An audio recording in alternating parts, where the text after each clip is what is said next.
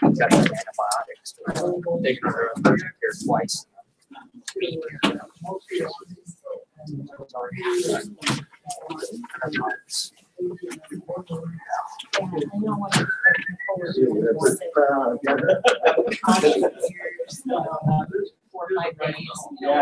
That's the tone right there. Yeah. School a lot, you know? Yeah, so I heard a lot of it.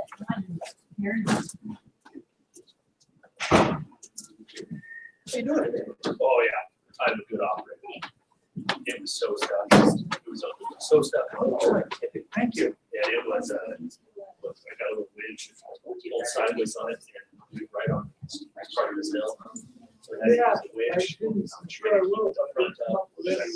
Yeah. Well, because I went to college, so that's what it's not very helpful. I picked it over, and then I slide back and down the hill, and then use the slide pushing back up the hill on the road. So far, so good. And for a while, it was like this. It's just not working. I mean, Yeah, it was so stuff. It's like he's back a lot. Yeah. Yep. But he was thinking, sure. So, the winch, I think, was kind of like protection. I couldn't, it didn't have power to pull it out, but it could keep it from.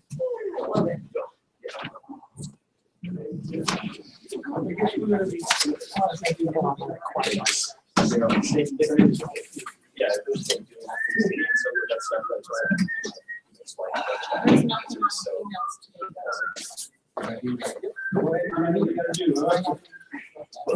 I know a lot more about it. I tried for a while. Obviously, try to switch. yes, it's probably in there. No.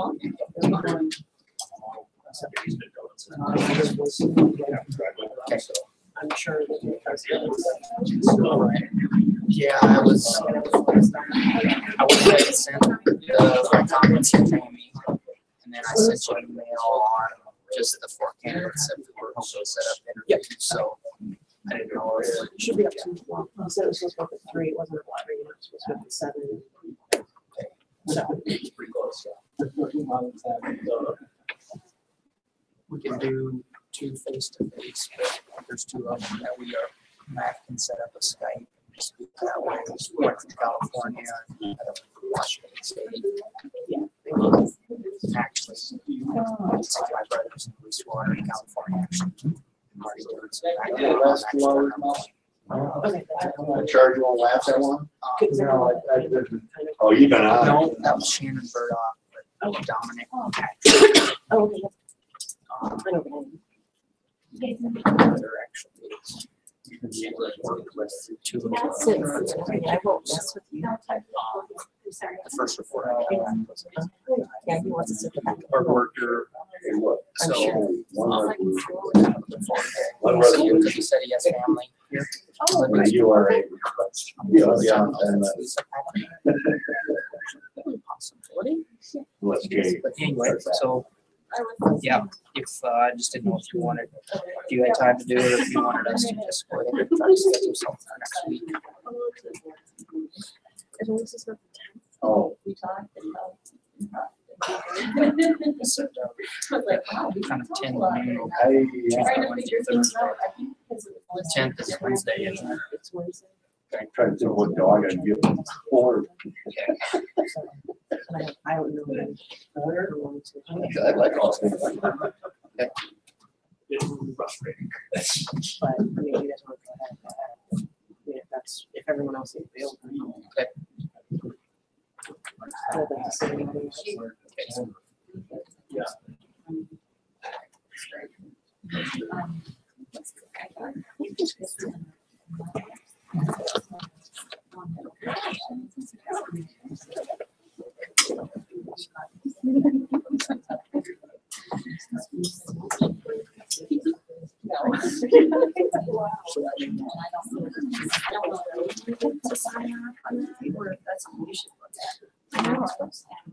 have just as long as.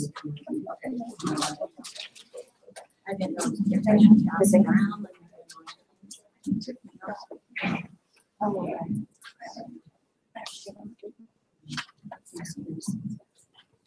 There's no.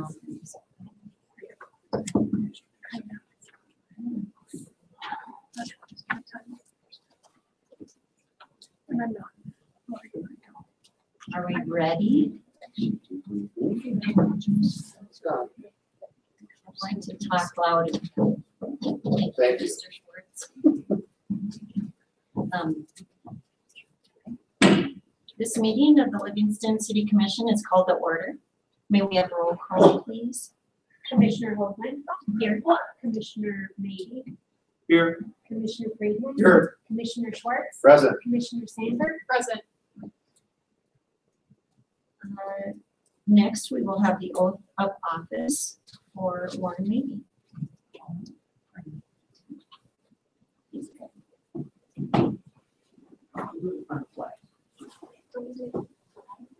Don't we do it for everyone who's elected? I think we can, although, yes, for everyone that's real. Yeah, I think you have to do it for all three of us. Good point. Yes. For anyone that's new.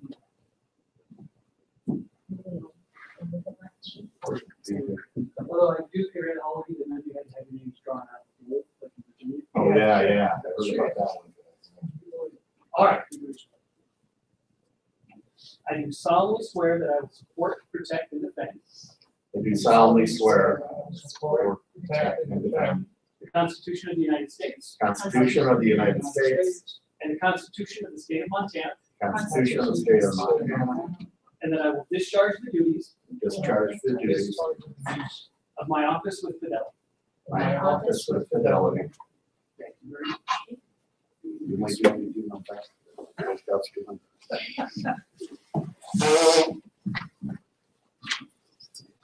Roll call, please. Oh, yeah, sorry. I said it and then. We'll now have a moment of silence.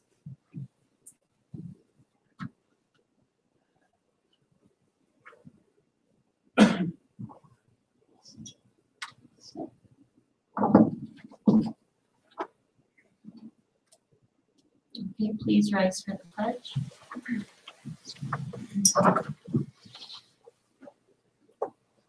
I Pledge allegiance to the flag of the United States of America and to the republic for which it stands, one nation, under God, indivisible, with liberty and justice for all.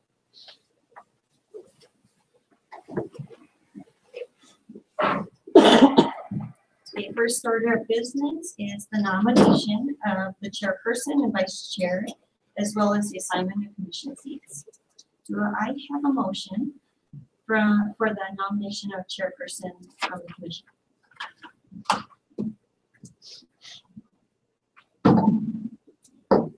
I do. I nominate Quinn for chair, please. I second.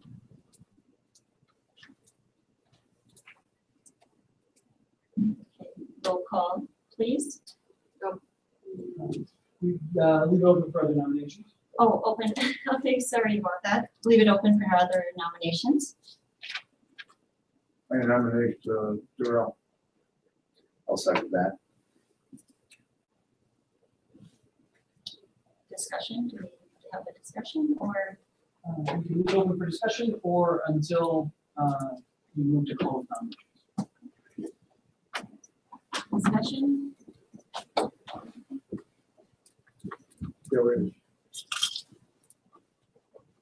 Wait a second. Yes. Yes. Any discussions on the two nominations?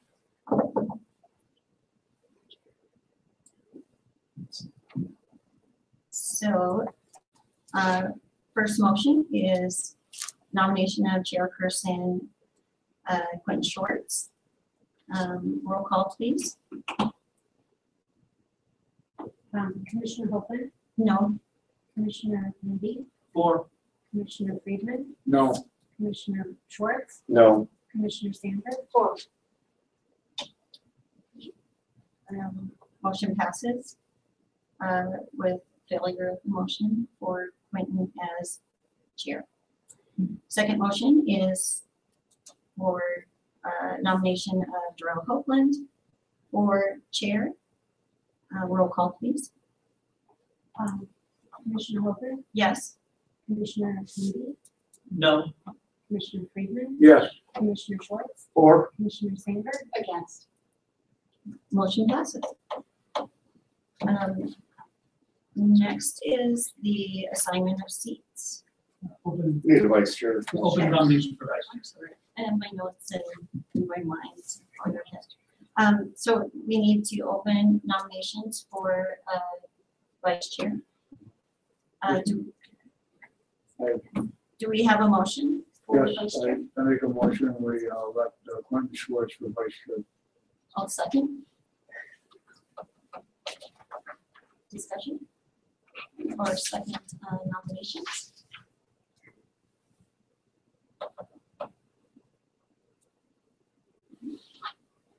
Okay. Roll call, please. Commissioner Chairperson Hopper, Yes. Commissioner Maybe, No. Yes, don't vote. Commissioner Schwartz, Or. Commissioner Sandberg. Motion passes. Quentin is the vice chair. Next, we have the assignments of seats of the commission. And so generally, when we do this, we often go by recommendations or your wants or various feedback from the commission. Anyone have any thoughts or wants? See. Thoughts? Do we have a list of them? Yeah, we- This is just where we sit. Oh, seats. Yes. Oh, I thought you said. No, that's where the Oh, next. seats for commissioners, not. Okay. I have those particular committees, sorry. That's fine. I'm happy where I am. Now, I have had discussions with people on mixing it up a bit this year, where other commissioners have mentioned it in the past, in meetings, various places. So I know that Quentin will be here, correct? So should we Yeah. start with that? And Mel, as a senior, do you have a request as to where you would like Yeah, to that sit? can be right there. Right there? Okay.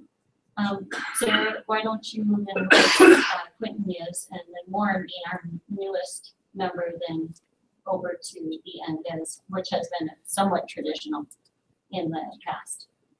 Okay, so we need to move around at this point. So is there a discussion or is that just a dictation? I asked for discussion and there was none. Anyone? Well, I guess you said you had spoken to other people, so I'm just curious who you spoke to about, I don't understand why During we. commission meetings, yes, there's been discussion on seating in the past. I can tell you exactly when, and then other commissioners have just mentioned moving or wanting movement in time, through time. So are we okay with that, Quentin? I'm fine. Okay. Commissioner Sandberg says she was happy with where she is. I'd be happy to move to where Quentin is. I don't think it's gonna make or break my life where I sit. No. Do you mind? No, I mean, it no, doesn't no, matter I to don't me, it's mind. what, it's often the movement of the newest member. Okay.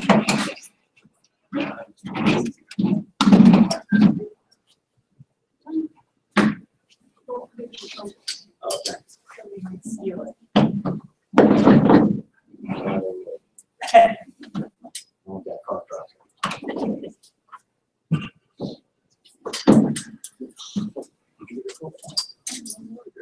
Oh, no. Sure. Okay.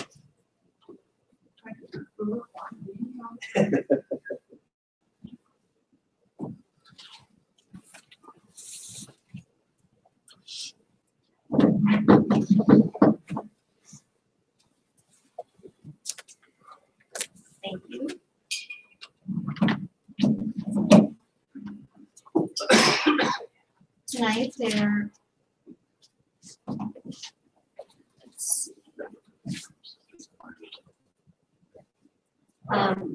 there are three consent items that need, or are there any consent items that need to be pulled, that you feel we need to pull for discussion?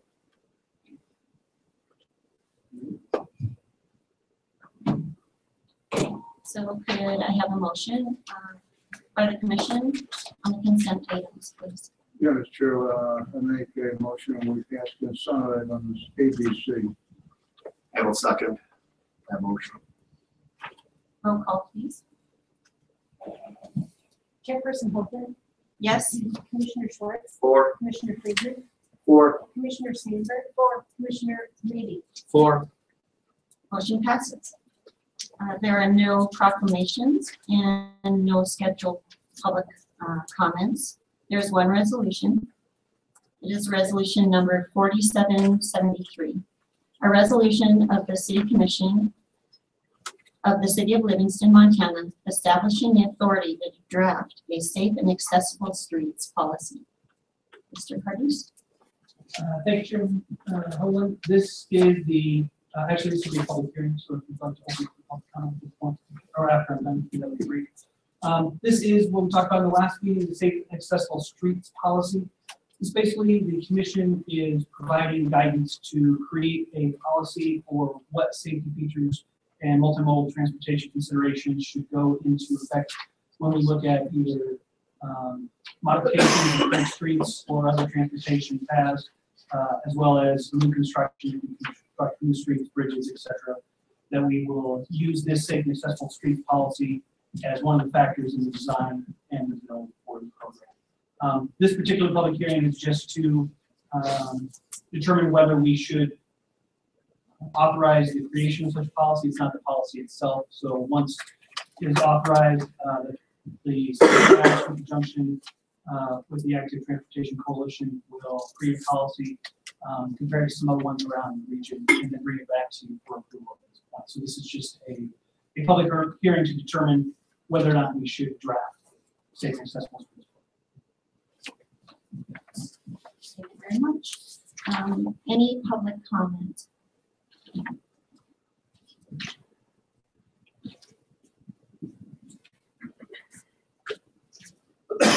State your name I'm Jacqueline Isley, and address, please.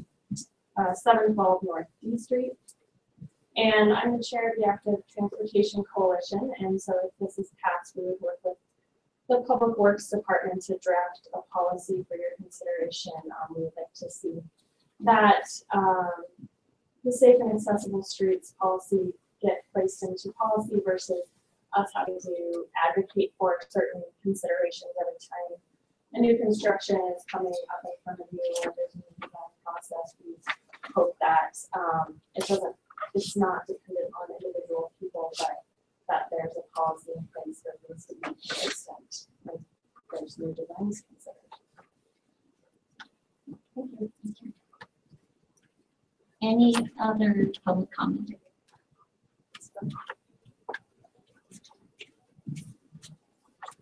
Last call, public comment on resolution 4773.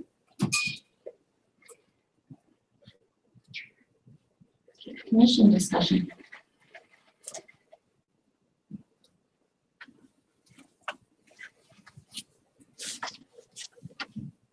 No discussion?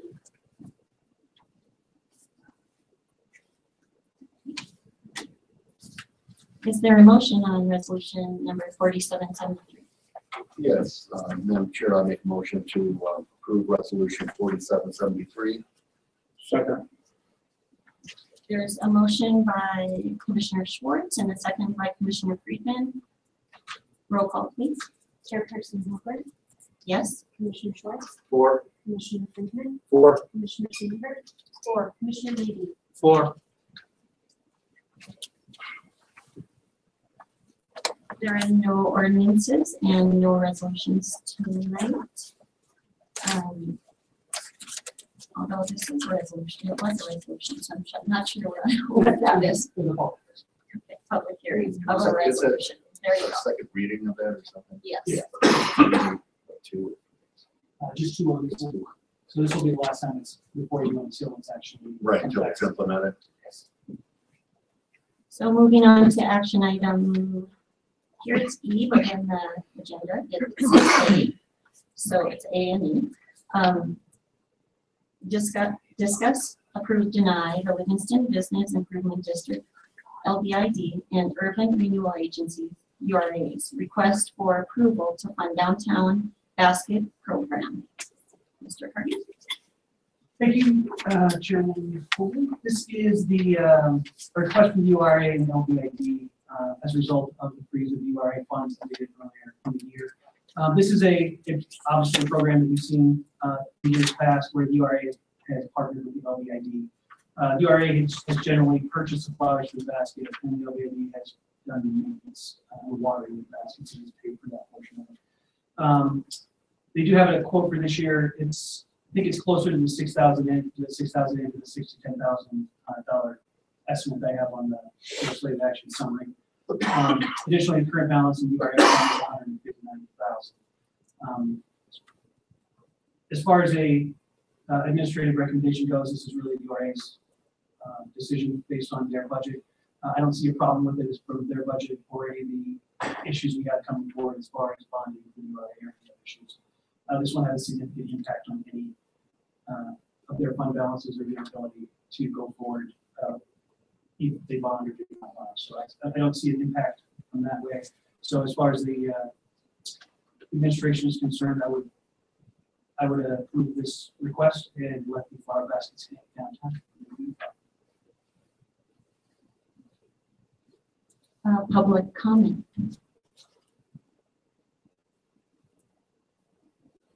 Any public comment? Commission. Any comment? Commissioner Sandberg? Question for Mr. Cardoz. Remind me, did we have a moratorium on projects that for the URA to fund earlier in the year? Yes. So would this not qualify under that same moratorium? Right. That's why it's coming before you. This is an exception. They're asking for an exception to that policy. Okay. So with the fund balance stated of 159,000, that's the current cash balance? It is. We still didn't have the taxes in it at that time, so there should be an influx shortly with the tax money. But And what about approved allocations already that would come out of? I know there are no other approved allocations at this time. everyone's been paid up to date of what we allocated. Yes. Okay. But wouldn't the URA, don't they seek approval regardless if it's an exception or not? They still come to the commission to have their allocations approved. Usually you approve the budget in general. This is just part of the general budget you approve for the year. This is brought before you. Yeah, as far as the grants go, each grant is brought in front of you, but this is not technically a grant. But it would normally be part of the annual budget, but since we're at a moratorium, this is brought before you as a separate item. Gotcha. Thank you.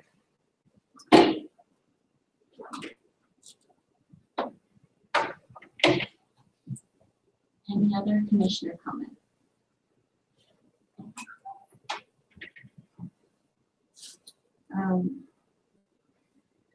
One quick question on it.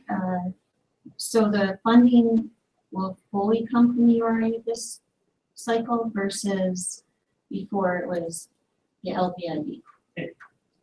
The LBID is they're still partnering. Pardon me. I think Okay, the LBID does the maintenance and the watering. so they're funding something that's not in the request of the actual baskets, but in the maintenance of. Right, so the URA pays funds for the entire baskets, the initial purchase, and then the LBID pays for the maintenance and watering throughout the year.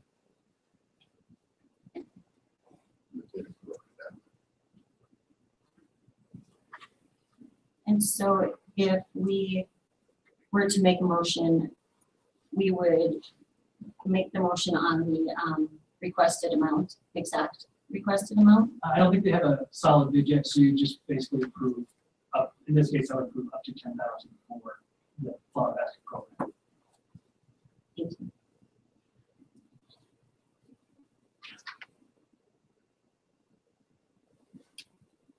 Any other comments?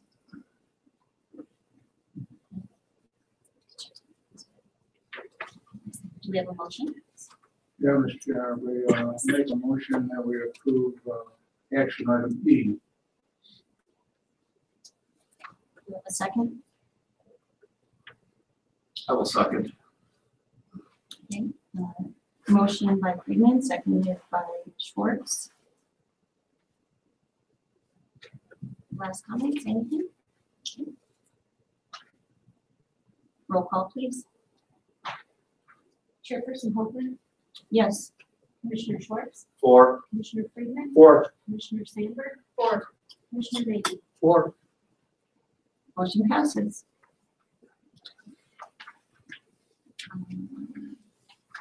On to action item F or B. City Commission approved, not approved, denied, sorry. City Commission board appointments for the city committees. So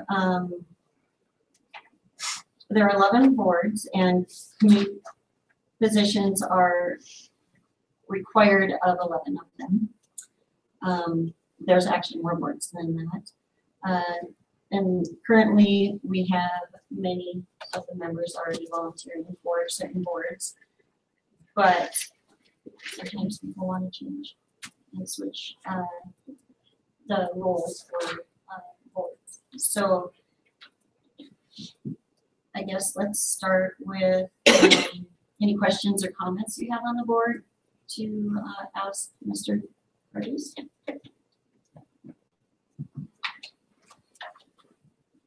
Commissioner Sandberg? do we have times for when these boards meet? I don't think I brought it down. Let me see if it's in the email.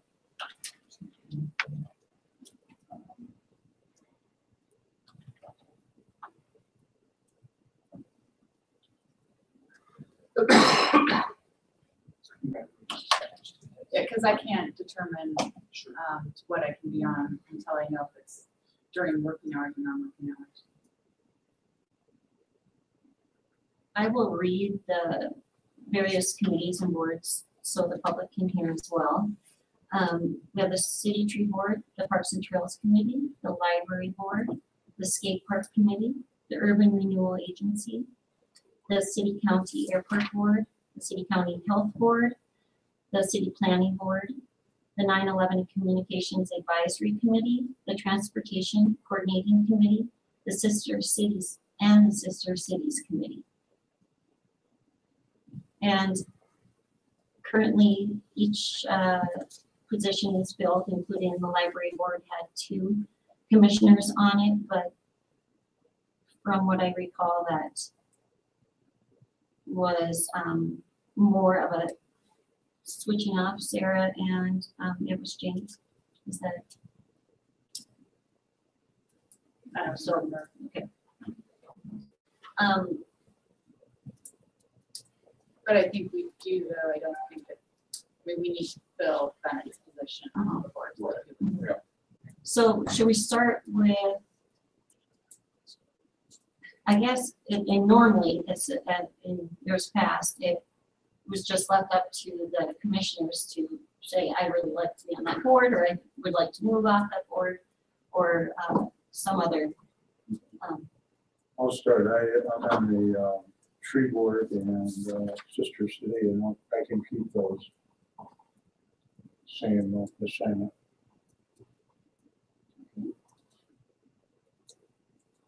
Anyone?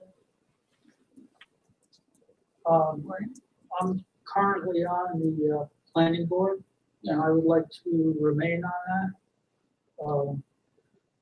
I see Commissioner Bennett was on the skate park committee. Any idea of their time of meeting? Is it during the day or is it at night? Or?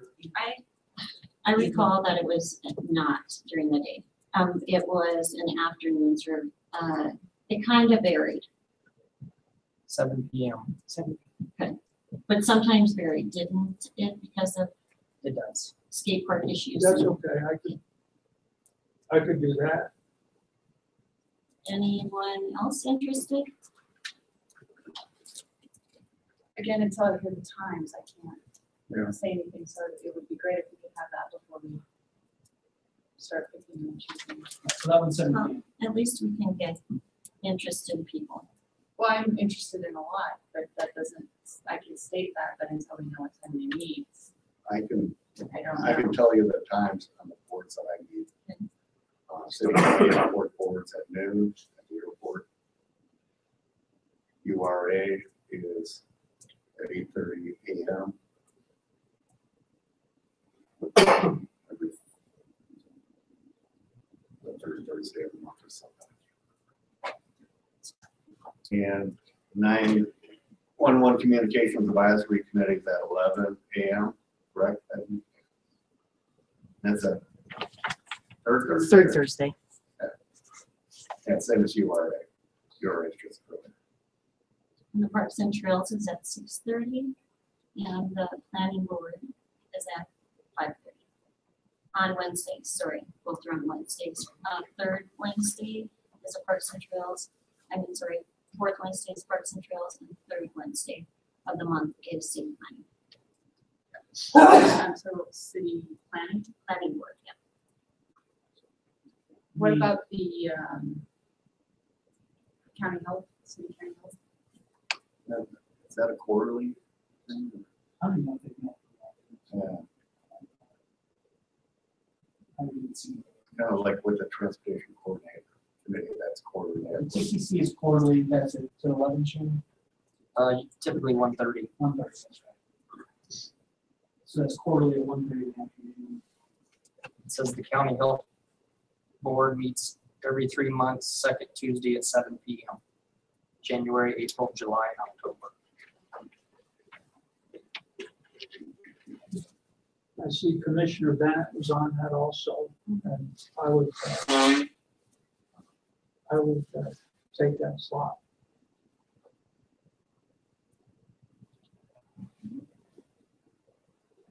In the past, we've had two commissioners on the skate park committee. Reddington was on there and was never filled. Is there a reason why we would have two? I don't think it's required. Yeah, Need for two. I think we're just. yeah. Well, I'm interested. And I was also being on that, but I would gladly give something up there. So we can have two, correct, according to, I think we can have two, but you can't have two commissioners be voting I don't think, are they voting members on that? on the skate park. They are. Like the planning board as well. Oh, that's voting. It's Not like the URA, that's non-voting. Right. Airport is non-voting. 911, I guess I am voting. The transportation coordination committee is not they don't really vote on it. It's just a coordination meeting. I'll leave it as it is. If you need help on that scale. I'll get glad to jump in. Just people just ask if I would be interested once we change this off. But be in capable hands. Thank you. So desires to do it. any other feedback on possible seats on the committees? Any of the times working today? Well, it seems we have all the ones in the evenings already have somebody appointed to them, so. Unless somebody wants to get off and give me one. That's the one I'm available. If I had evening one, I'd give it. So,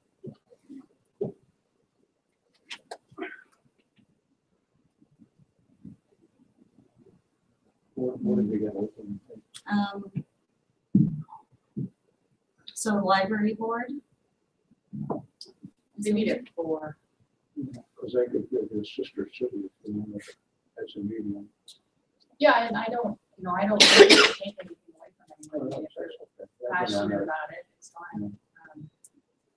They do good stuff. Yeah, they do good stuff.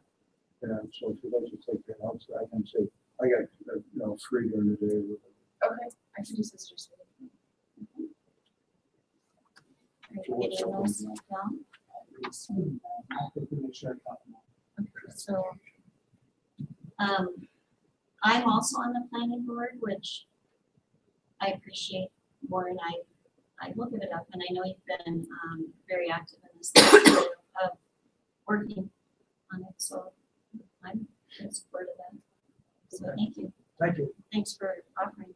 I'm on Parks and Trails, and I would like to stay there. And so we're gonna have, so Mel on City Tree Board, me on Parks and Trails, Mel on Library, Skate Park is going to be Warren, and I would take that too if anyone ever, it works for me on time. If you needed to move off of something. URA is Quentin, right? So, Yeah, I'll stay with that. Airport Board, same. I've got one of those. I'm so happy. The City County Health Board, Warren. Planning Board, Warren. 911 Communications, we have Quentin again. Yeah, I don't understand. That's gibberish what we're talking about, but I like being in it. Okay. It's great to me. I don't know what you guys are talking about. And then we have the Transportation Coordinating Committee, which is still open. And what time did you say? It's quarterly at 1:30. Yeah, I would take that. I can Like, take you it. want that? I can take it. And I can take it if you, because I'm only in one. So It's it's up just a to quarterly thing, Yeah. yeah. So, Oh, but, yeah. you. no, I could take it because I So Mel, thought there's a reason I wanted, like, if you need information from it, that's all. It's a very useful one. Yeah, States there, the counties there. Yeah, I know, that's why I want to, because I want to make sure you get the information. so. No, okay, just wanted to make sure, all right. So, And Sister City is. that one, yep, the Sister City Sarah, Sure. So you're all filled? all filled. May I ask a procedural question? So we have these various committees.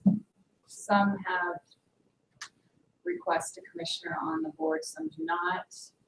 Some that do request the commissioner, they're a voting member, and some do not. How is that determined, or how was that determined? Second question is, does each committee then have its own chair? And how is that chair elected, and how is that chair trained? And third question would be, we have an unfortunate occurrence of our current committees making decisions without a quorum, which poses litigation issues for the city. So what's the process to train these chairs on the responsibilities? And then also, which was discussed to us during our training, that we are supposed to have minutes for all subcommittees posted. And is that happening? And if so, where do we get those minutes? One. I can give you a brief overview. As far as what boards have commission members on them, that was decided when the commission created the boards, they decided which they were going to be on, whether or not to be board members. So that's a commission. Each board, if you go back far enough, has a charter. So you would have to go back to the charter for each board to determine when it was created and what the decision was at the time. This is just the historical where we stand now. So anything that can be changed by the commission at your guys' pleasure. As far as does each board have a chairman? Yes, each board has a chairman, and then they are responsible for the conduct of their board according to their charter. So they should follow the overall rules. But yes, they do have to maintain the rules that are applicable to all municipality subdivisions, which they are, because they are a subdivision of the commission itself. Are they trained? Who trains them? They have not been trained in the past, as far as I know. If anybody knows anything different, please let me know. From what I can tell, they have not been trained in the past.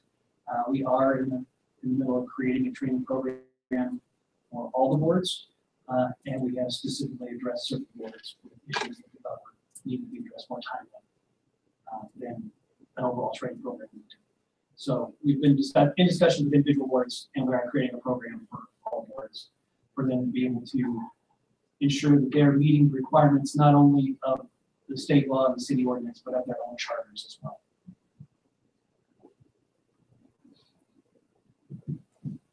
And then your last question on quorum. Yeah, most recently we've had, which is illegal, the groups making decisions without a quorum. And I think we have some pending litigation here due to that. So I guess that goes back to the whole training, but I'm trying to understand how we got there, that the simple facts of not conducting business without a quorum has been missed. And I'm not sure anyone has the answer to that, except obviously we have failed at training.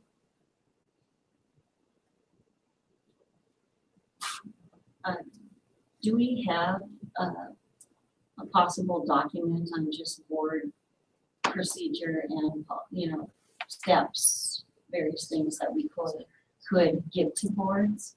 Don't currently have one. That's what we're in the middle of. Any minutes? Minutes, they should be keeping minutes. They should be in all of their charters if they have to maintain minutes. Most of the boards do have minutes on their web pages, I think. Well, and the website.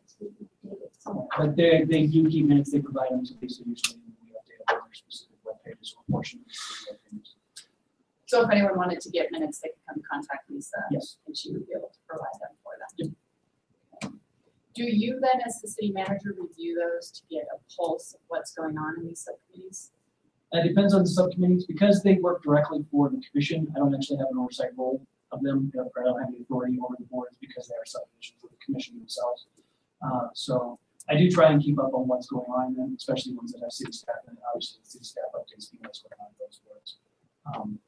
As far as boards that don't have city staff members, I still try and keep abreast of it. I've attended some of the board meetings occasionally. I try to drop down a few of them just to see where they're at. I'm encouraging all the boards to get involved in the budgeting process so that they understand where the money for their projects comes from, how it's laid out, where the decisions are really made in the budgeting cycle, and there's limited value in coming and asking for things after the budget has been set. So we're trying to get them involved earlier, trying to make sure that everyone understands the budget cycle, they understand how the budget works, what they're competing with when they're looking for money, whether it's for parks or URA or whatever, just to make sure that everyone's on the same page. So we're trying to get them a little more engaged. Also, with 2018, I'd like to create a schedule of board reports at the commission meetings so that we can brief out the entire commission. So we're looking at scheduling that as well. So if these committees were formed under the auspice of the commission, and we're supposed to then ultimately be providing our due diligence for their actions, can I make a request then that those minutes are provided to us regularly so we can review them? I can certainly pass that on to the board chairs. And the board chairs should, at your request, provide those to you.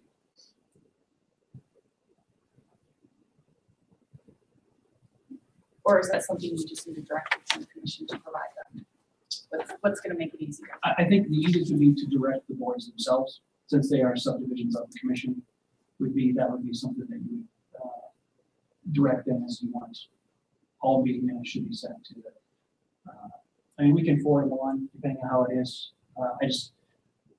I try not to be the middleman in that a lot of times. So. Right, and that's why I'm asking, is where I our think- role is supposed to step in. So if from our training we had a while back, it was abundantly clear that those meeting minutes need to be posted and accessible to the public. They do. So could Jay write a draft for our next meeting articulating the state statute and why they need to provide those minutes in a memo type form that we can approve and therefore disseminate to the chairs of these committees so they're very clear on what the expectations are.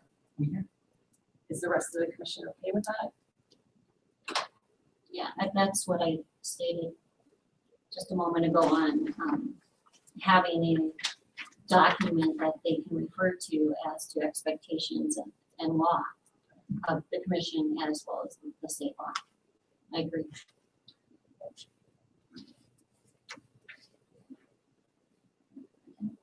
Commissioner Schwartz. Yield. Yes, thank you. I'm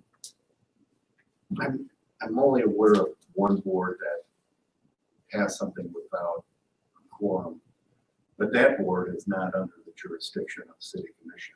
That's correct. That actually is a statutory board, Right, particularly what we're talking about in that case. okay.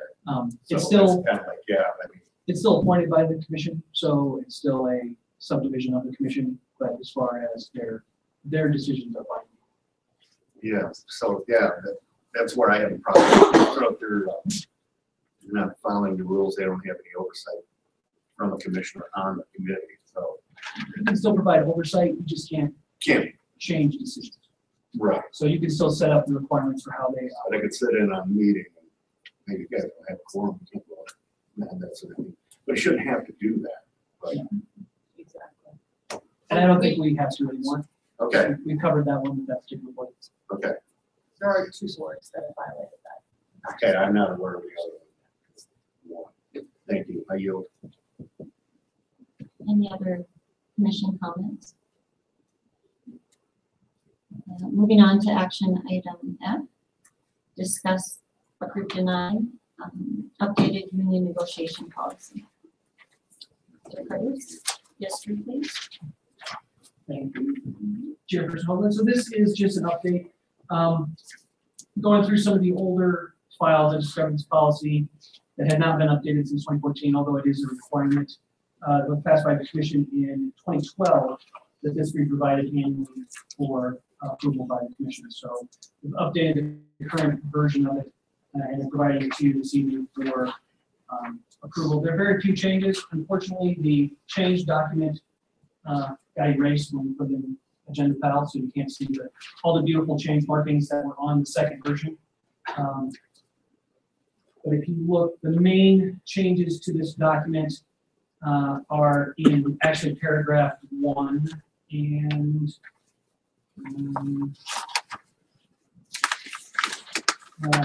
one item C was deleted. And the rest of it was mainly adjustments to formatting. So that was a significant change in content. And in negotiations on the status update, number 3, there was a change or a strike through. It's different on how the commission gets the information. You have that in 1C. 68. Page 2 of the old document. It's negotiation status update A on how we get the information was different. Yeah, so it's just a change in, it gave a little more flexibility in how that information is provided.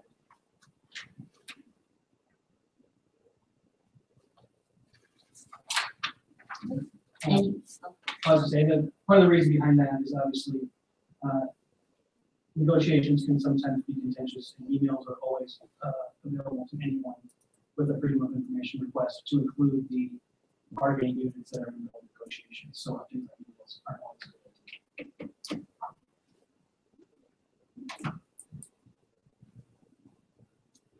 any public comment?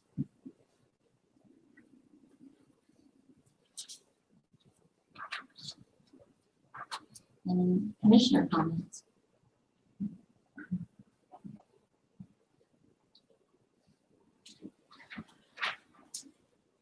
Gotta look at your commissioner. Sorry, I was looking down at the words. Thanks. Oh, okay. item C deleted white, I think that has to do with providing it public. Why was that deleted? There's no requirement for negotiation sessions to be open meetings, so it just makes it difficult to schedule, cost money and notice it. We can do so there's no requirement, so we can be as flexible if we want. We do shorter notice meetings if everyone's available, where if it's required to be an open meeting, then you have to notice it a certain time ahead. So it provides a lot more flexibility in the actual negotiation procedures. And I'm not sure why that was in there originally, but there certainly is no statutory requirement for them to be official. So who makes the determination then if we'll have them open or closed? In this case, it would be me as I went through the negotiation process. Okay. So when I looked at the document that was created, I think it was in 2012. So it's talking about the city commission finalizing the negotiation policy that guides the administration. And in reviewing that, it seems to me then that this policy is the commission policy to help you or who's ever in the position. So I think that it's up to the commission to take the time to thoroughly understand what we want our principles to be to help in that guidance. And I realize that you updated an existing document that we had on file, but I think it's more responsible for the commission to have their own work session to look at what our principles are going to be for negotiations. And I think there's a lot more that can be added in here. I just made some notes in regards to things that could be added into the policy as opposed to negotiation. I guess I'll take a step back, reading in my notes that, negotiation strategies for public sector should be heavily influenced by the values, beliefs, and philosophies of the affected officials. It's a standard out of the, can't name of the team, the International Labor of whatever negotiations, I can't think of the acronym at this point. But it's up to us to set the policy guidelines that helps the administration do the negotiation. So, things you can look at are, do we do traditional based negotiations? Do we expect to have interest-based negotiations? They're two completely different processes. And it would follow based on what our philosophy is, what we would like to see. What kind of analysis is done in the negotiations? Do we do benchmark analysis? What are those benchmarks that we want to use?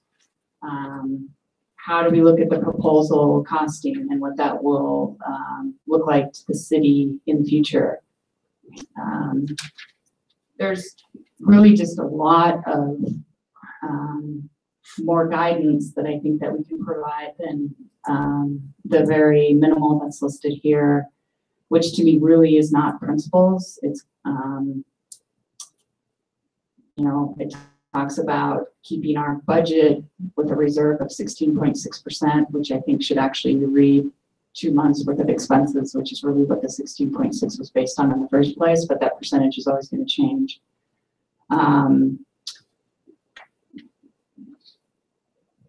I just, I don't see principles and procedures actually listed here. So some other examples of what we could add into a document such as this. Sorry, I'm just pulling my information here. Slowly but surely.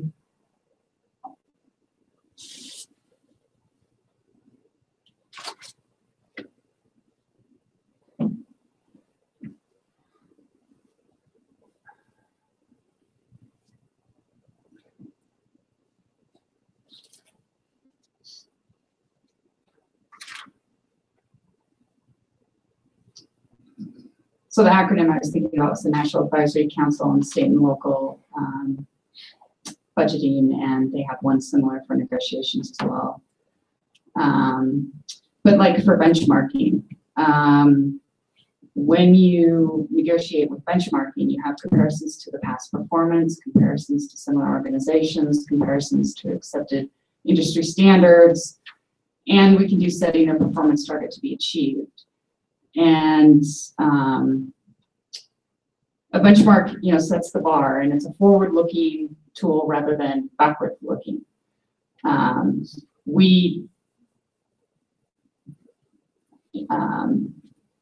Criteria you can use, key performance measures, you can collect internal data. There's various ways that the administration team doing the negotiation could come up with how they want to look at their strategic benchmarks, performance benchmarks, process benchmarks, etc. But we could say that, we would like you to use some sort of benchmark criteria in the negotiations. What we want to look for in each proposal. We want to understand the purpose of the proposal, the practical effect of the proposal, the required implementation. There's various different criteria. And again, back on the cost,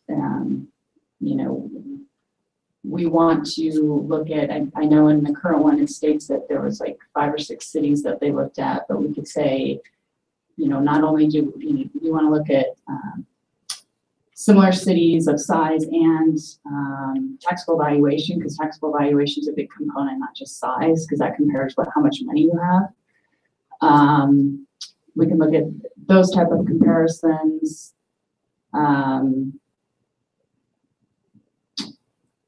We could also say, not only comparison, but we want to be competitive. We want to pay our people what they're worth. Back on the interest-based bargaining, there's things that you can look at that may be more appealing to both sides than just compensation. It's all about with the interest-based negotiation of what's our common goals and what we want to see happen in the city that we can work together to do. So I'm just throwing it out there as a suggestion that I think it would be more responsible for the commission, and it would be more helpful to the administration if we had a more robust set of principles defined. So thank you. Any other commission comment? Mr. Chair.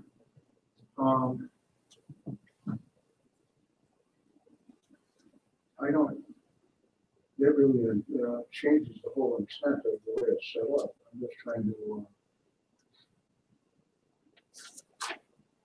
there's more conversation. I understand where you're going, but we haven't had that kind of input before as a commission. And I don't know what your proposing changes this whole concept. Okay, answer that. Sure. Well, I'm not. I don't think it's not changing. It's just adding more definition to our principles. Right now, the principles, in my opinion, they're not even principles. They're just kind of statements.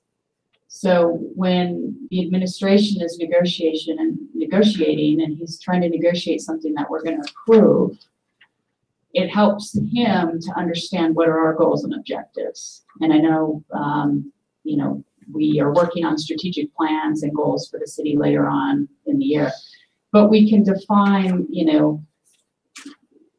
some of the suggestions that I presented can be items that we are requesting or tools that the administration used during the negotiation. It doesn't add us into the negotiation process. It's just helping create that document that's presented to us to be maybe a little more robust, to present things that really are important to the commission in the negotiation process. Not sure if I answered the question, but that's where I was coming from. Okay, my point was that we haven't been through a round of the negotiations. I have. For the city? Yeah, firefighter, I think last, there's been a couple that have come across since I've been here. Yeah, what was their process like to you? What wasn't, I guess I come from, I'm not sure how the administrator knows how to negotiate when there's no direction from the commission.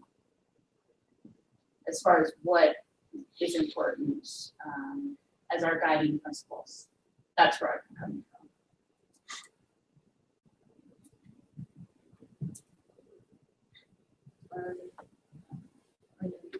Are you done? yeah, I think I disagree with that concept. That's my problem. Sure. Yeah. I have a question on that, Commissioner Sandberg, as far as how would you like to see that process approached for the more detailed feedback of principles and priorities and procedures? Yeah, I think as I stated before, it would, require a working session to do that. It could be, it's always easier to, I've done my own research. I have my own information that I'd be happy to share with people, and or we could have the same folks come in that helped us with our training. I'm sure they help with this process as well. There's just no meat here in what we have. I mean, we're basically saying that we want the administrator to negotiate and we want to keep our reserves at 16.6%, which I understand, but there's so many other things that come into play besides negotiations, keeping that level there. And there's nothing regarding any type of analysis of what we've negotiated before and how has it been beneficial, has it not been beneficial? What are we using when we decide that we're going to provide an increase in health insurance, or we're going to increase a clothing stipend, or so that's where those benchmarks would come in, and stating, these type of monetary additions, when we're looking at negotiating those type of things, we want to make sure you're using some type of benchmarks. So it's just defining more what our expectations are as far as the due diligence in the process. So, going off this document, I like the overall document, and I see it as the document itself is very clear on expectations, on how the process should go, who can do what when, how we should respond as a commission, or not respond more so in negotiations or in our voicing opinions, for example. If we look at that section on labor negotiating procedures, I think that's the section that this is the concern, where Commissioner Sandberg and overall the document I like, and this is the one we have reviewed multiple times in the past. I mean, it's been a couple of years, but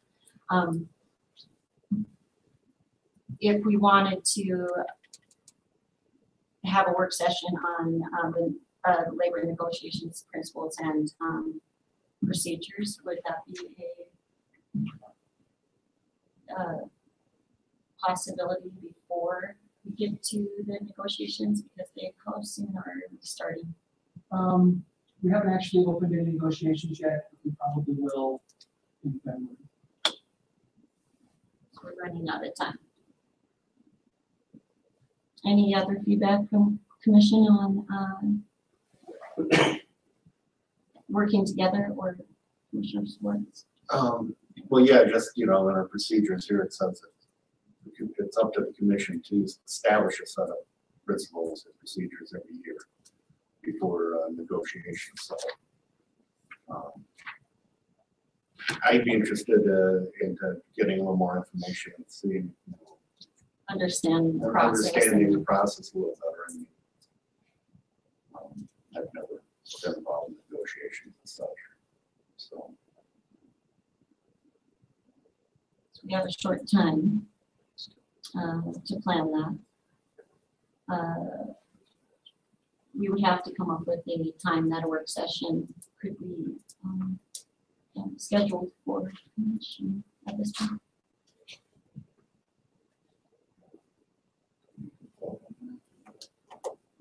Or a consensus. Get a consensus into it. Yeah, that's consensus. Calendar decisions. If I recall correct. Okay, we'll need consensus on that, and then for the action item itself, you can either table it or deny it, and then have it come back. So can we make a motion on the consent item and, or I mean the action item, I'm sorry, and then add and then discuss after. So do we have a motion on the, or on the action item, sorry. Action item, what is it, G/C. Tree. So that is to approve, deny, discuss the document. Do we have a motion?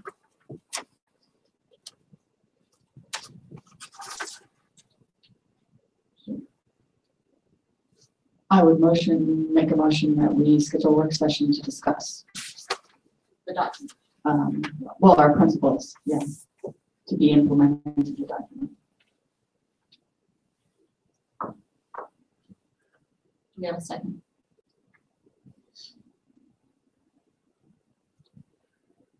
Motion failed? Okay, second. All right. We have a second, right?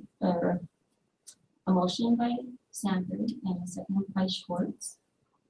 Procedurally, let's call it a substitution motion. So it'll replace Okay. the first one, and that way if it passes, the first one's already done, we don't have to deal with it again. So I'm sorry, I didn't realize we already had a motion.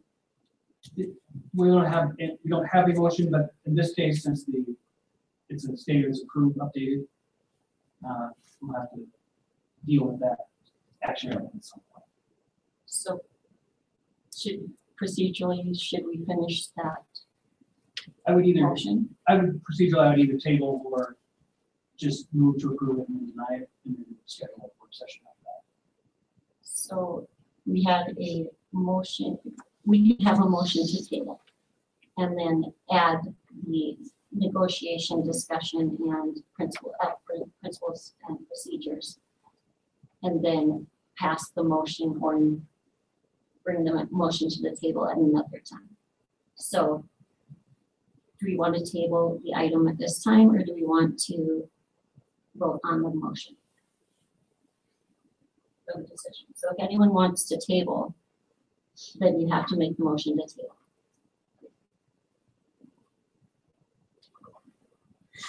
I'll move to table, I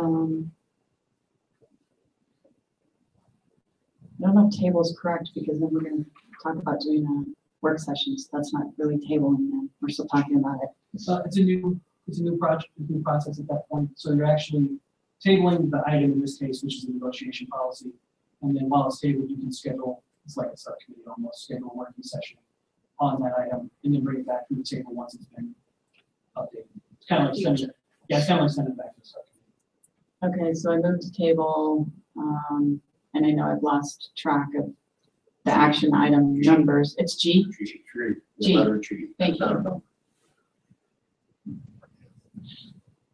G. I'll second. There's a motion by Sandberg to table and a second by Schwartz, so motion passes. Roll call, please. Chairperson Oh, yeah, true, it didn't pass until we roll call, sorry about that. Person Holman. Yes. Commissioner Schwartz. 4. Commissioner Friedman. 4. Commissioner Sandberg. 4. Commissioner Navy. 4. Motion passes. So we can schedule at this time a subcommittee or a working session to discuss and establish our principles and procedures. Commissioner Schwartz. Yes, time is of the essence. I'd like to see this done rather sooner than later.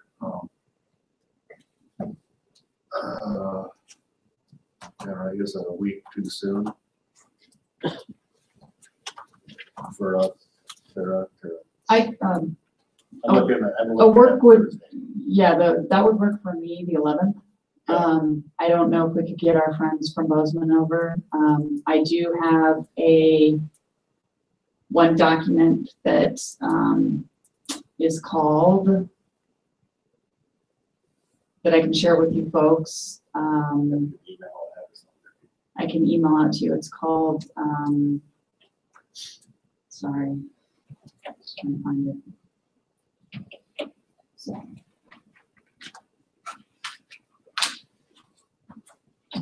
It's basically, it's put together by, I believe it was folks in Illinois, and it's just, the art and fun of public negotiations and elected officials.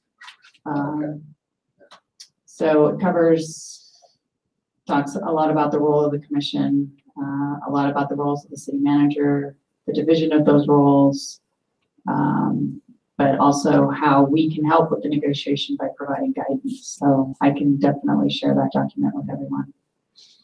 Will email work for everyone if I just emailed it? Okay. I could put in a call to Dan Clark, see if he has any insight on that.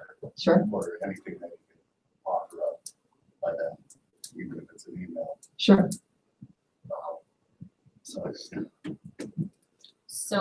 Thursday, Thursday, the 11th.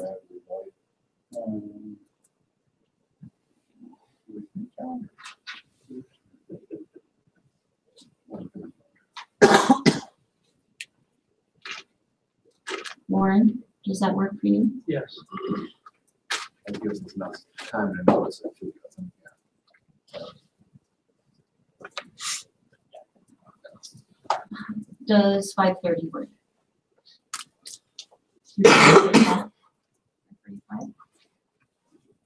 Everyone work? Six? Yeah. 45.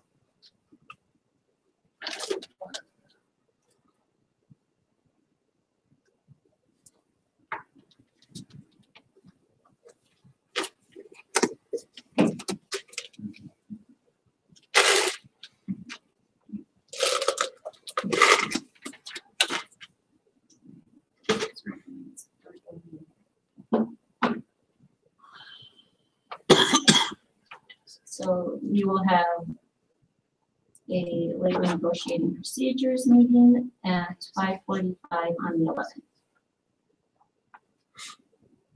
To discuss, I should clarify, discuss labor negotiation principles and procedures. Okay.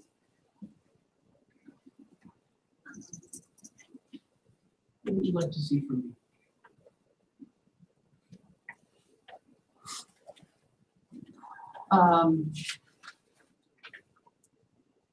Just my opinion. I mean, if you know of any other negotiation documents that you have that you can share, I think this first discussion, to be honest, will be kind of superficial because we haven't had our goal setting or strategic planning done yet, which in essence, negotiations would kind of follow those documents once we have them in place. But I think there are a few things that we can still look at to help define what these principles are. But I guess I'd be open to any information that you have that you feel would be helpful to share. Would you like copies of the current contracts that will be in negotiation this year?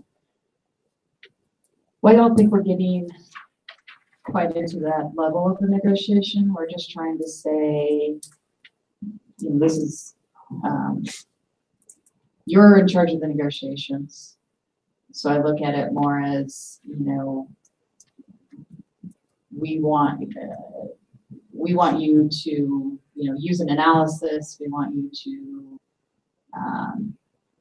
prorate the financial, the impacts. I mean, things I'm sure that are already being done.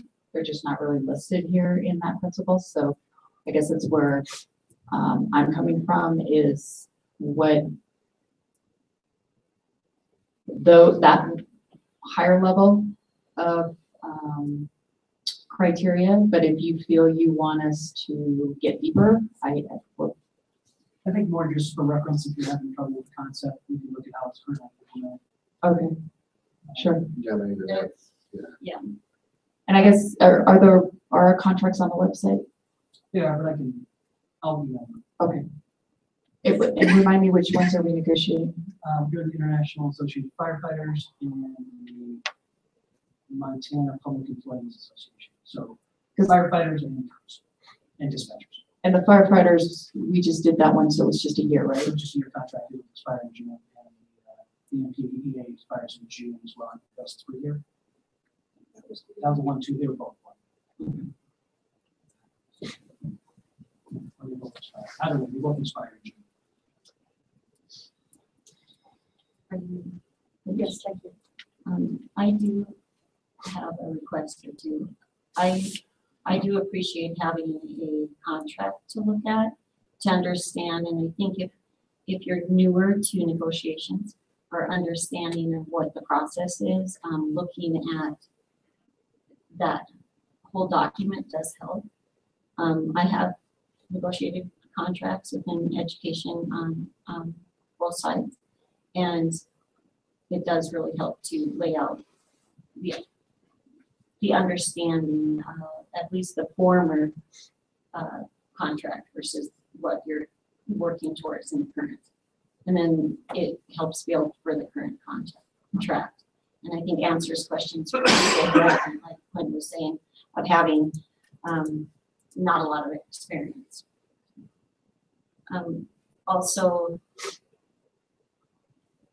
I would like to know some options as far as what type of negotiating style and or tool that you think you would be using.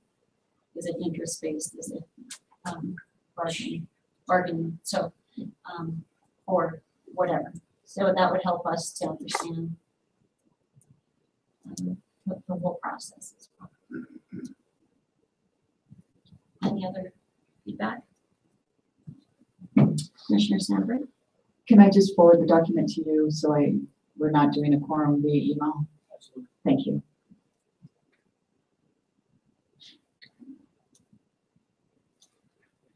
Moving on. We have, where's public comment?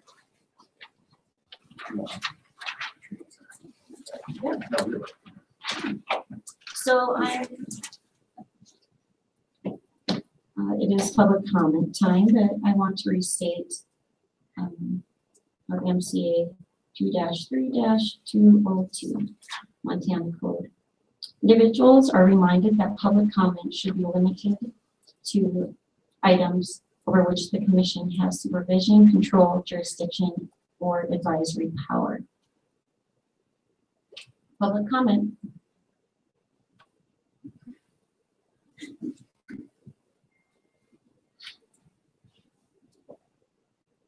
Please state your name and address. It's Kurt Johnson and 129 South 9th Street. I wanted to address the commission, kind of on the conditions of the streets. I attempted to get an agenda item onto the commission site, but the red link wouldn't allow me to get anything input to get it on the agenda. I did email, and previous Commissioner Bennett stated that the email was sent off to Mr. Cardos in regards to kind of the city's liability issues that they may be taking on due to the fact of the matter of the condition of the streets at the moment, especially in the older part of town, and limited response times due to intersections and other items that are greatly bungled up with the snow at the moment. I'm kind of baffled. I'm a fairly new resident to the town. I've only been here for about 3 years.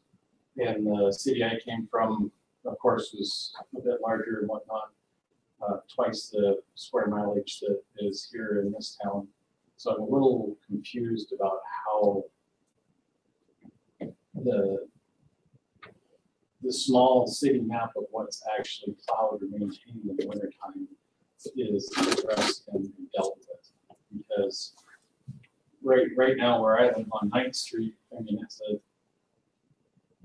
just trying to even get to my house from Park Street, a block and a half roughly, is fairly ridiculous. But looking at the city as a whole, my biggest concern is wear and tear on city vehicles, the response times of any type of first responders being delayed, and what types of issues that can trickle down and cause. So I'm not sure if we need to ask to have that addressed in a later commission meeting, or if that's something that can be addressed. Mr. Carnes, could you address that and just discuss with the public what our process is and what we are doing? Sure, absolutely. I believe, if I remember correctly, from Minnesota. No. No? I'm actually quarterly like Coeur d'Alene, okay, so Coeur d'Alene. Nice place.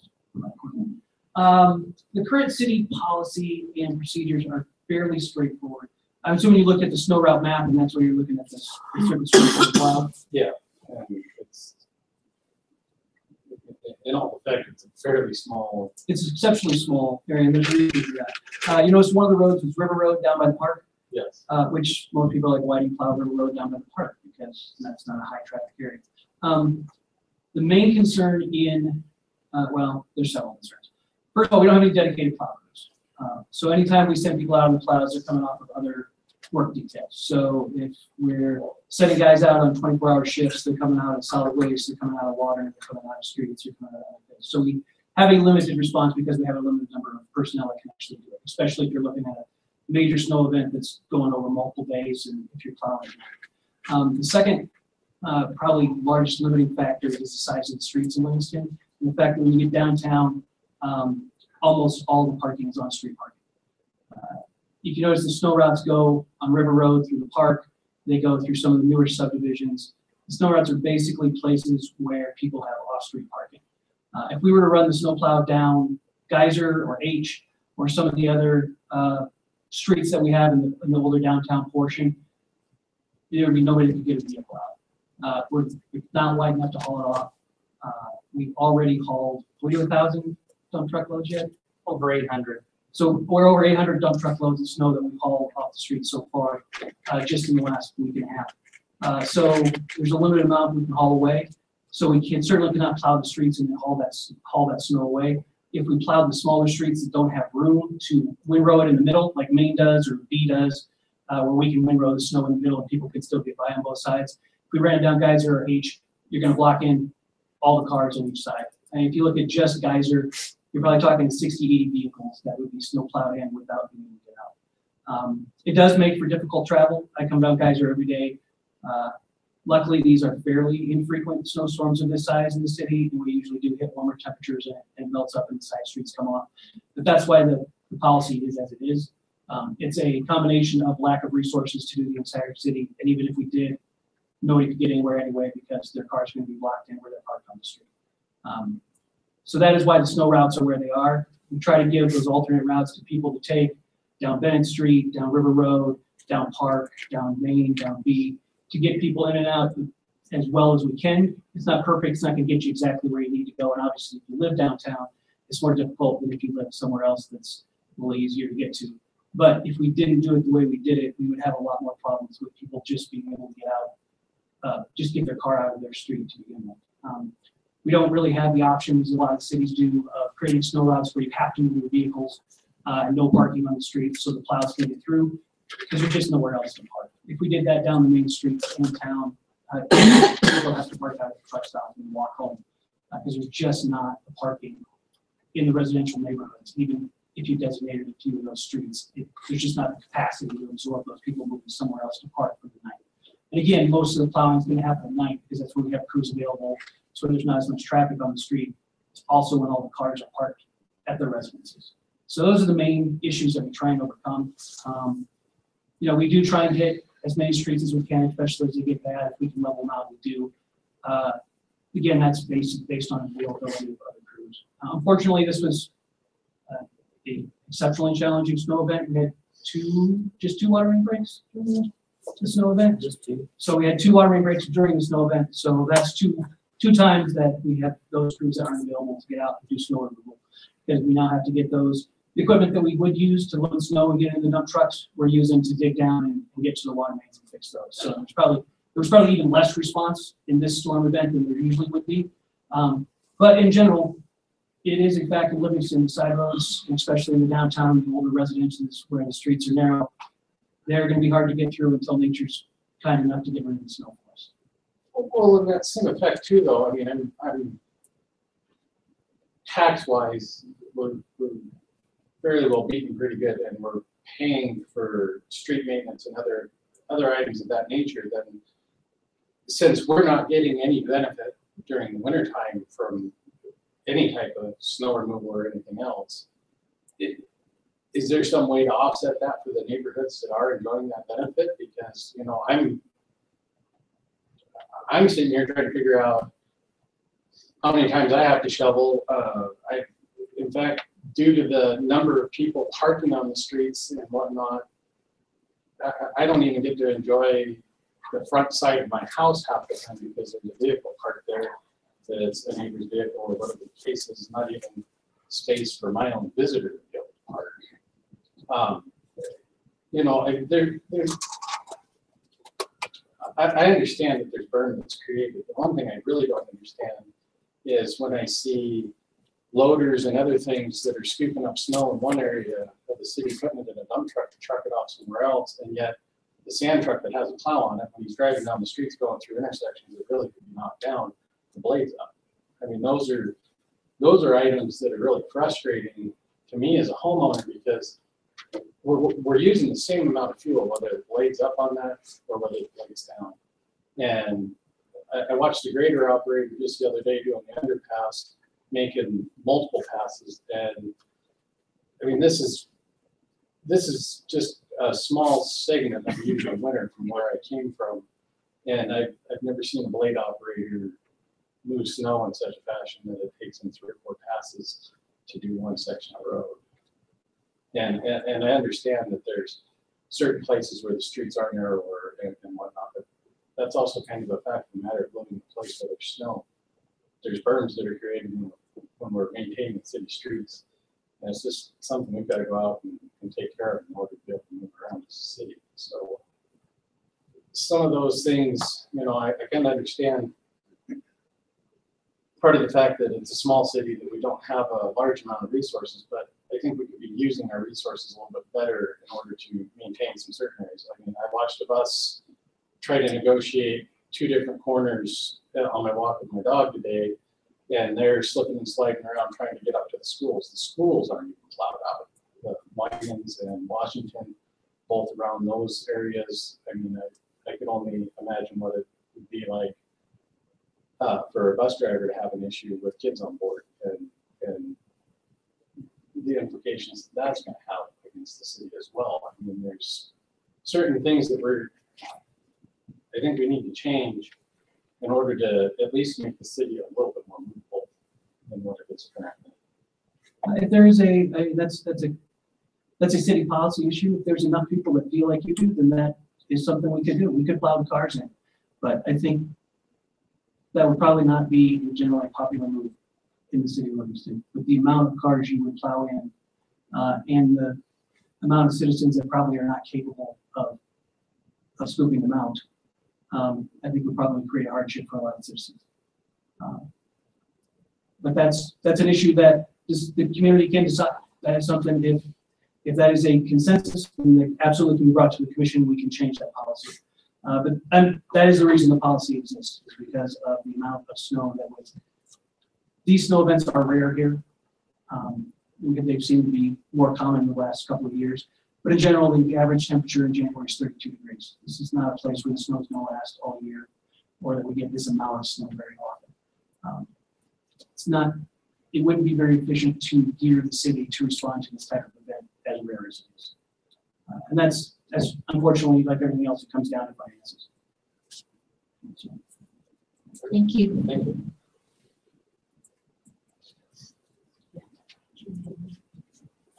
Thank you for signing me. Any other public comment? Please come up. Don Platt, 229 South Yellowstone. I hope this segues into something that just occurred to me. Michael, when you talked about parking, can't plow because there's no place for people to park the car. North Forest safe. Can't park on the east side, we're gonna plow. No place for people to park. Yet the city put up sweeping signs saying you can't park on whatever days, I don't remember what they are. Where do you expect them to park? Just from that comment. So now you put up these signs saying don't park, yet you just said there really are no other places for people to park. So I'm just curious why those signs were put up if it seems to be the same as the snow. You know, can you explain that? Sure. So the situations are actually significantly different. One being that a snow event happens all at one time, right? Like if we're going to plow the streets, we're going to plow all of them the same night. So now you're talking, you don't move traffic from one side of one street. You move it from both sides of multiple streets. So it's a significant difference in the amount of vehicles you're talking about. Additionally, street sweeping is in the summer. It's going to be much easier for residents not to know at a scheduled time, not at the random time of the snow event, but at a scheduled time, they're not going to be able to park on that side of the street. And it's also going to be much easier for them to walk a further distance to get to wherever they need to go. So those are the big differences between a snow event and street sweeping. If street sweeping is scheduled, it's in a very much more limited amount of parking spaces than if you're talking a snow event where you're talking multiple streets, both sides, and you're in poor weather conditions where people are going to have difficulty walking. So those are the difference between the two, at least as we see it. It still seems to me that summer or winter, people can't move their cars to the other side of the street because there's no parking. So I don't quite grasp that. I get you thinking, well, snow event, we want to do the whole street, but maybe we can just say, hey, we're going to do one side of the street, whatever. And I don't see quite that being that much radically different. I'm confused on these signs you put up. They're kind of ugly, tear up your yard, and nobody moves their vehicles. So I don't see the point of it.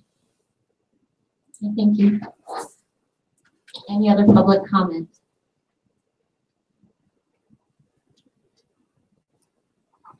All right, city manager comment. Okay, Chairman Holden. Just a couple of things. First, for Commissioner Levy, if the city staff will go ahead and stand up and introduce themselves, tell them who you are and what you run. We'll start with Jay and go around this way. You're supposed to stand up. So we can see you. Thank you.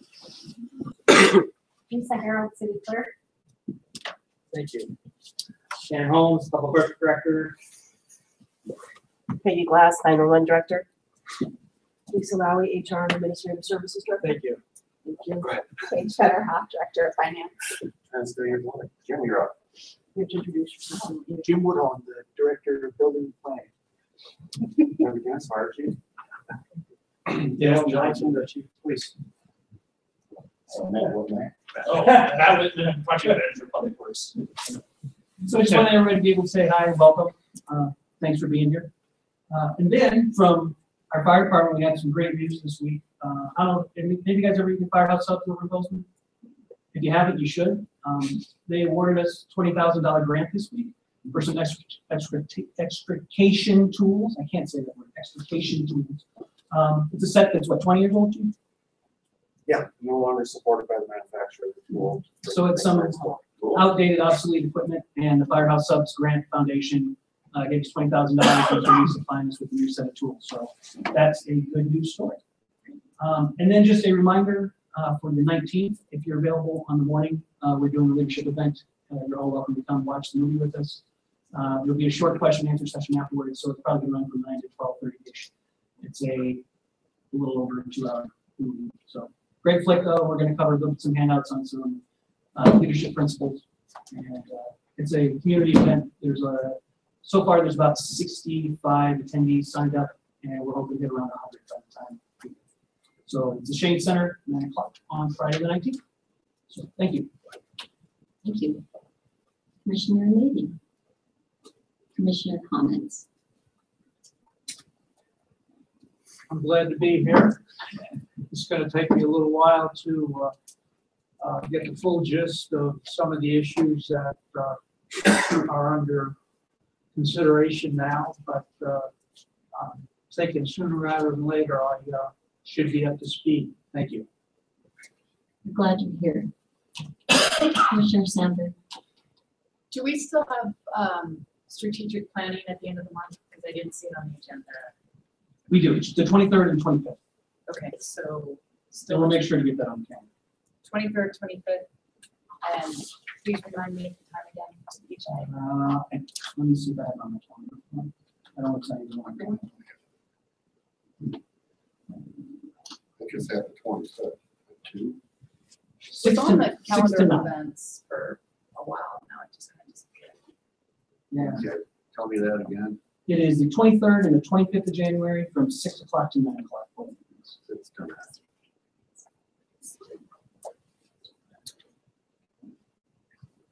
And regarding the snow plowing, I'm looking at Yellowstone Street, is it possible to have the berm stop before you are in the walking section for people that walk? Because I walk down Calendar right now and I'm forced to walk through the street because the berm goes all the way through the pedestrian walk area. We can look at it. I mean, hopefully we're going to be removing firms. An issue. Yeah, our plan is to, as soon as the guys are caught up on the rest from getting all the snow downtown, to get Yellowstone picked up. But we can see if we can just knock the edges off. But yeah, I personally think the berms are kind of fun. But just even for future, if we get another snowstorm, is there a way when we plow that we can knock those back that they don't interfere with people who are walking? We can try. It just depends on how much snow and kind of where it runs out as they come across. But we can look at it. Okay. Thank you.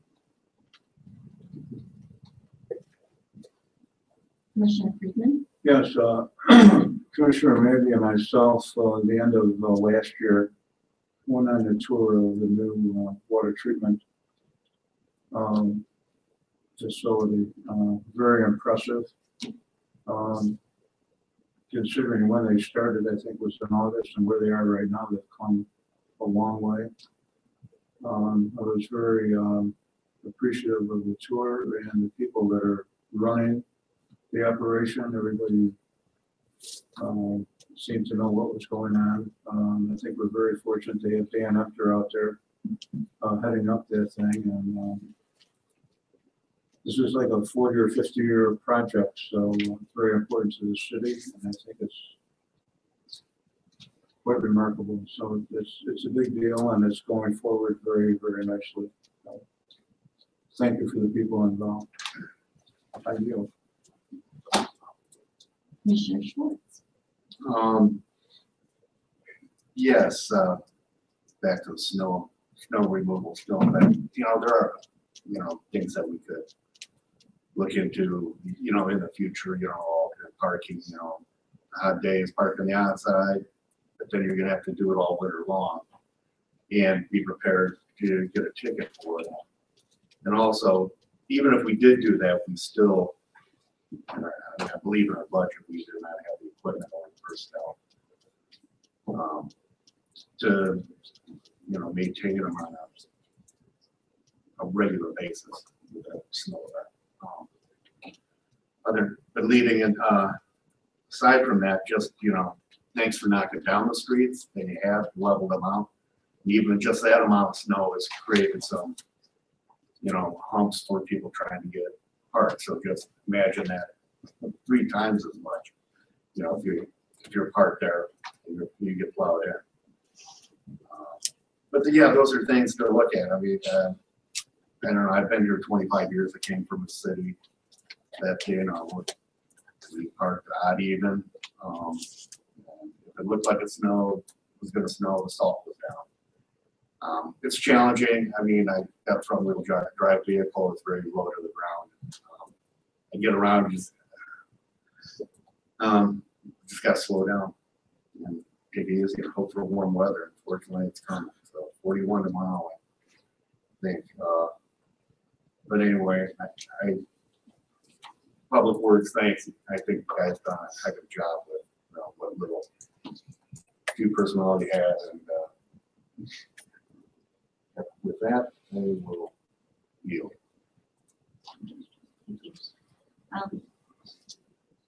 As far as snow removal, I had a question on Geyser, if there was potential, but I think we answered that tonight.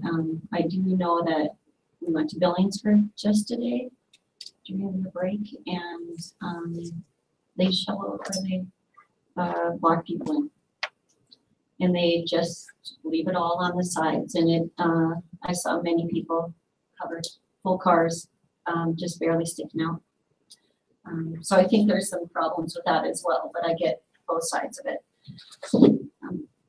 I wanted to just restate something that I believe is super important, and I think that as a commission, I hope that we'll work together to have our rules of conduct for the Livingston City Commission as followed. So I wanted to just state, I'm not going to read the whole document, but this was created by the commission. I think, I'm trying to think if anyone on the commission helped create it. No. Mel, did you help create our? It was right before, I think. So I wanted to just state the basics. And policy 1, City Commission shall deal with the administration and staff solely through the city manager or his or her designee. That's Montana code annotated where they got it. Do we have a copy of this on the? We got it with our packets on that last stuff. Yeah. How about with the website though? I think it is on the website, I have to check. I don't recall seeing it, but policy 2, city commissioners shall only act collectively as a body in a properly noticed and constituted public meeting. Policy number 3, a city commissioner shall conduct himself or herself in a public meeting with civility and with proper decorum. Policy 4, an individual city commissioner in dealing with the public outside of a duly noticed meeting shall conduct himself and herself in a manner so as not to bring reproach upon the city commission or the public process. Policy 5, in quasi-judicial matters, the city commission shall comply with the fairness doctrine and due process requirements of due notice of hearing and provide an opportunity to be heard. And last is just a quick statement on enforcement. The City Commission is committed to maintain a productive work environment. And to the end, every City Commissioner is expected to observe these policies and rules when engaged in city business. So the reason I'm saying this is that I think that together we can help each other. And I know helping each other to do the right thing as far as our roles and responsibilities is not always easy. We don't always know if we're doing it correctly, even if it comes to motions in the right place. But if we help by working together to make it an effective process, I think we will be more effective as commissioners as well and as a city. That's all for me. On my calendar, I have task force at 2 p.m. Anybody know what that is on the 25th? Can we schedule something and I make sure? Do you know about the task force? Okay, I'll get it. We can't talk about that public. All right. I entertain a motion for adjournment. So moved. I'll second. A motion by Commissioner Friedman, seconded by Commissioner Schwartz. All in favor? Aye. Opposed? This meeting of the Livingston City Commission is adjourned at 8:12. point.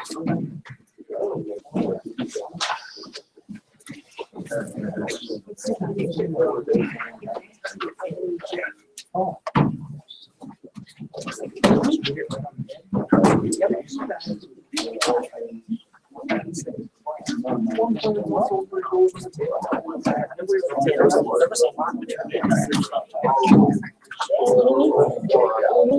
Right.